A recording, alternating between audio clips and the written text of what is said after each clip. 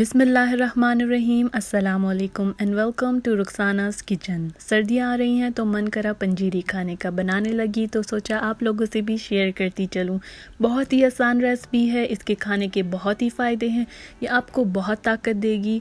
आप इस रेसिपी को ज़रूर ट्राई करें और वीडियो को आखिर तक देखें।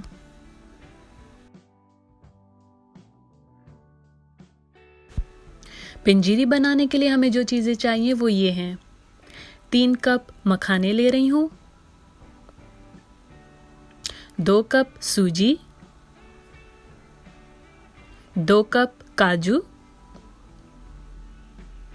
2 कप पिस्ता, 2 कप बादाम, 2 कप चार मगज, 1 कप गोंद, 2 कप चीनी, 2 कप देसी घी, 2 छोटी चम्मच इलायची पाउडर। तो ये चीज़ें चाहिए हमें पंजीरी बनाने के लिए। तो आइए पंजीरी बनाना शुरू करते हैं। सबसे पहले तो आप एक पैन ले लें और उस पैन में 1 से 2 बड़ी चम्मच घी शामिल कर दें। घी पिघलने के बाद आप इसमें बादाम शामिल कर दें और अब इसे आप अच्छे से कुछ मिनट्स के लिए भून लें। कुछ मिनट्स भूनने के बाद आप इसे एक प्लेट में निकाल दें।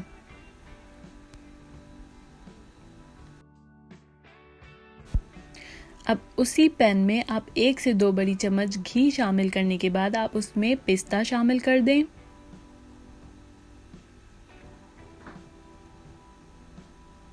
और कुछ मिनट्स के लिए आप उसे भी भून लें।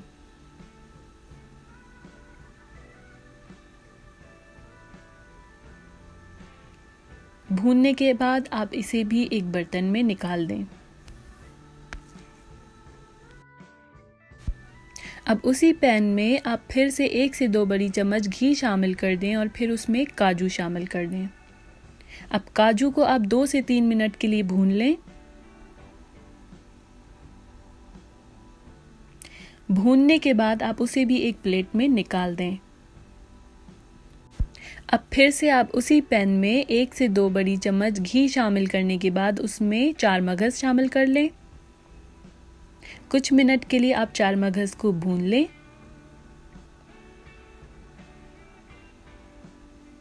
और भूनने के बाद आप उसे भी एक प्लेट में निकाल दें।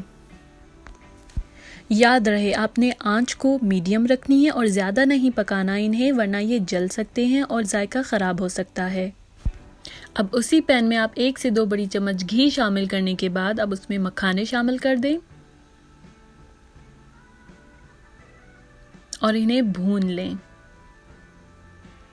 4 से 5 मिनट लगेंगे इन्हें भूनने में।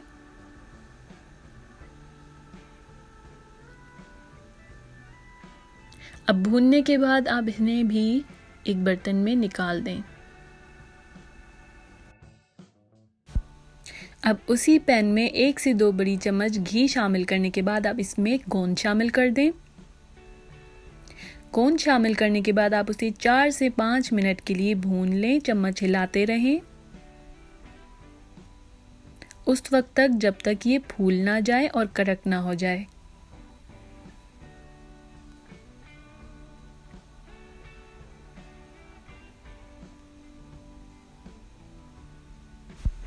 ये देखिए कुछ देर में ये फूलने लगी है। चम्मच आप हिलाते रहेंगे और आंच को हमेशा मीडियम में रखना है। ये मैंने छोटी साइज़ की ली है, आप चाहें तो बाज़ार से बड़ी साइज़ की भी गोंद खरीद सकते हैं। पकने के बाद बहुत ही क्रंची हो जाता है। जब ये सारी की सारी फूल जाए तो आप इसे एक प्लेट में निकाल दें।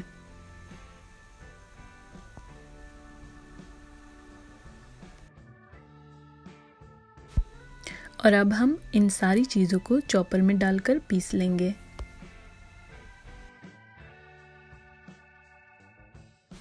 सबसे पहले चॉपर में मैं काजू डाल रही हूँ।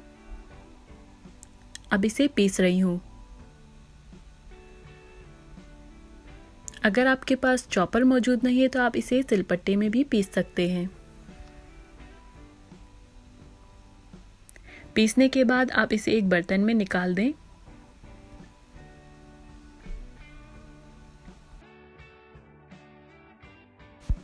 अब बिल्कुल वैसे ही चॉपर में पिस्ता डाल रही हूँ।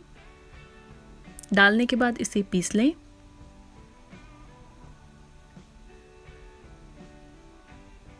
और इसे बर्तन में निकाल दें। इसके बाद मखाने भी चॉपर में पीस लें।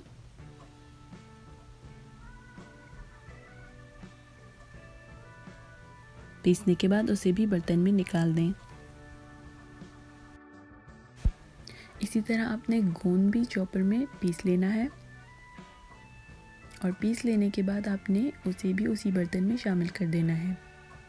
इसी तरह एक एक करके इंग्रेडिएंट्स आपने सब चॉपर में पीस लेनी है और एक ही बर्तन में इकट्ठे कर देना है। अब वैसे ही चार मगज भी आप चॉपर में पीस लें। मैं इन सब इंग्रेडिएंट्स को ज़्यादा बारीक नहीं कर रही हूँ, थोड़ा मोटा रखा है। अगर आपको बारीक यानी पाउडर में पसंद है तो आप उसे पाउडर जैसा पीस सकते हैं। अब साथ ही आपको सूजी का प्रोसेस बताती चलूँ, जिसके लिए मैंने सेम पैन लिया है और उसमें 2 से 3 बड़ी चम्मच घी शामिल कर दिया है। घी शामिल करने के बाद उसमें पिसी इलायची शामिल कर रही हूँ। अब पिसी इलायची आप कुछ देर भून लें। भून लेने के बाद अब इसमें सूजी शामिल कर दें।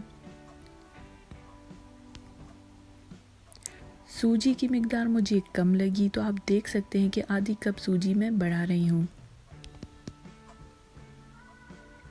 चम्मच आप हिलाते रहेंगे।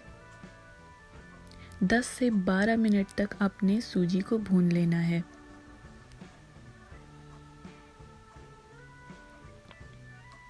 या फिर उस वक्त तक जब तक उसका कलर गोल्डन ना हो जाए।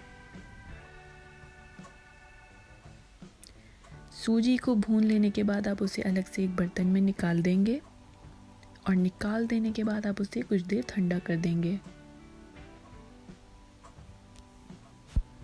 अब आपने जहाँ सारी इंग्रेडिएंट्स पीस कर रखी थी उसमें आप सूजी को भी शामिल कर देंगे। सूजी को शामिल करने के बाद आप उसमें चीनी भी शामिल कर देंगे। अब इन सब इंग्रेडिएंट्स को आप अच्छे से हल कर दें। तो तैयार है हमारी मज़ेदार सी पंजीरी। आप इसे सारी सर्दियाँ खा सकते हैं। बना के रख दें, जब दिल करे 2 चम्मच निकालें और खा लें। बहुत ताकत मिलेगी आपको। और ऐसे ही मज़ेदार रेसिपीज़ के लिए आप मेरे चैनल को सब्सक्राइब करें और कमेंट में ज़रूर बताइए कि आपको मेरी रेसिपी कैसी लगी। शुक्रिया। अल्लाह हाफ़िज़।